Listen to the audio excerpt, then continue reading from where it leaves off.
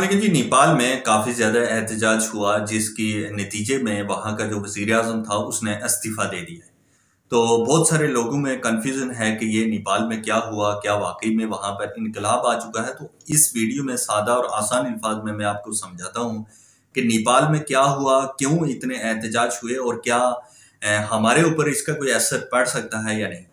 सबसे पहले ये जान लेते हैं कि नेपाल में क्या हुआ और इसके जो वज़ीर आज़म था उसने इस्तीफ़ा क्यों दिया।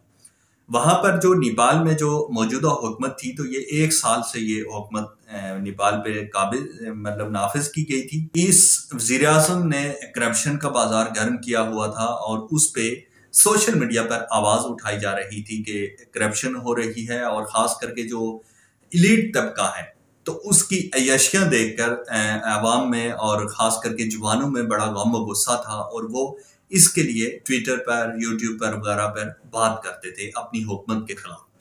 जब हुकूमत ने देखा कि हमारे खिलाफ काफी ज्यादा खबरें आ रही हैं और सोशल मीडिया पर चीजें वायरल हो रही हैं, तो बजाय इसके कि उस चीज से निपटा जाता और जवानों की आवाज को सुना जाता, उनकी मुश्किलात को या उनका जो भी मुतालबात थे उनको सुना जाता, हुकूमत ने यह किया कि मीडिया को ही बंद कर दें। तो वहां पर ट्विटर, यूट्यूब, फेसबुक वगैरह ये सारी चीजें बैन कर दी गई। यहाँ तक कि व्हाट्सएप को भी बैन कर दिया गया, जिसके बाद से एहतजाज शुरू हुआ और सितंबर के महीने शुरू से ही एहतजाज शुरू हो गया।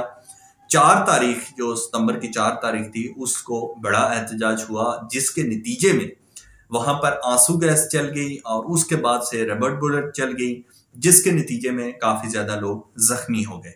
आंसू गैस और बुलेट प्रूफ ये जो रबड़ बुलेट चलने के बाद एहतजाज में मजीद शिद्दत आ गई कि जब बाकी जो लोग घर में बैठे थे तो वो भी निकल के सड़कों पे आ गए, क्योंकि ये सारी चीजें बैन थी, सोशल मीडिया वगैरह। तो जो मीडिया हुकूमत का, हम इलेक्ट्रॉनिक मीडिया था तो वो हुकूमत कंट्रोल करती थी और उसी की खबरें मीडिया पर चल रही थी। 8 तारीख जो कल गुजर चुकी है, 8 तारीख को एक बड़ा एहतजाज हुआ। तो जो आज का दिन है, तो आज के दिन में वहां के वजीर आजम ने इस्तीफा दे दिया है और नई हुकूमत अभी तक नहीं बनी है, बल्कि अभी तक भी एहतजाज हो रहा है और बड़े पैमाने पे एहतजाज हो रहा है। कहना कि वहां पर कोई इनकलाब आ चुका है, तो इनकलाब तो वहां पर 2008 में आ गया था जब उन्होंने बादशाह के खिलाफ बड़ा एहतजाज किया था और उन्होंने अपना हक लिया था। लेकिन नेपाली कौम अपना हक लेना जानती है और पहले भी कई दफा वो एहतजाज की सूरत में अपना हक ले चुके थे, इसलिए उन्होंने ये रास्ता अपनाया और अपना हक लिया। अब दूसरी साइड बात करते हैं कि जिस तरह से पाकिस्तानियों को इस पे मतलब कि ऐसे अल्फाजों में कहा जा रहा है कि यहाँ पर पाकिस्तान में कोई इनकलाब नहीं आ सकता वगैरह वगैरह, तो यहाँ पर क्योंकि डायरेक्टली हमारी जो हुकूमतें हैं तो उन पर किसी और का हाथ है, तो इसलिए यहाँ पर ये इनकलाब आना बहुत मुश्किल है। सबसे पहले यहाँ पर जो मजहबी तबका है तो उसने हर एक शख्स को बांट के रखा हुआ है। उसके बाद से जो सियासी तबकात हैं तो उसमें भी बहुत सारे ग्रुपों में लोग बांटे हुए हैं।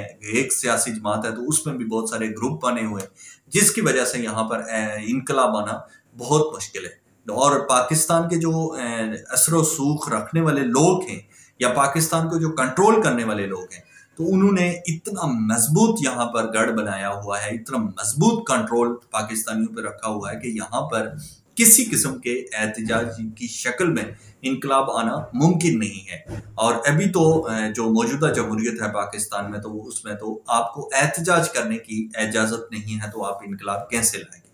तो नेपाल को पाकिस्तान से जोड़कर देखना बहुत ही मुश्किल है और ये एक ऐसा है कि आप हवाई फायरिंग कर रहे हैं। नेपाल का जो मकाम है, अदालती निज़ाम है, तो वो 129 में से 98 नंबर पर है और पाकिस्तान का जो अदालती निज़ाम है तो ये 141 नंबर ममालिक में से 129 नंबर पर है। तो आप किस तरह से नेपाल का मुकाबला कर सकते हैं। वहां पर जो अदालती निज़ाम है तो वो बहुत बेहतर है। और ये जो वजीर आजम जिसने इस्तीफा दिया है तो ये पहले भी 4 दफा वजीर आजम रह चुका है और चौथी दफा भी, मतलब 4 दफा इसने कभी भी अपनी हुकूमत कंप्लीट नहीं की, मतलब 5 साल इसने पूरे नहीं किए, बल्कि 5 साल से पहले ही बरतरफ कर दिया गया। और हमेशा से इस दफा तो अवामी दुआओं की वजह से किया। पहली दफा जो हुआ तो वो जो पार्लियामेंट में अदम एतमाद पेश हुआ, उसके बाद से अदालत के जरिए वजीर आजम को खत्म किया गया।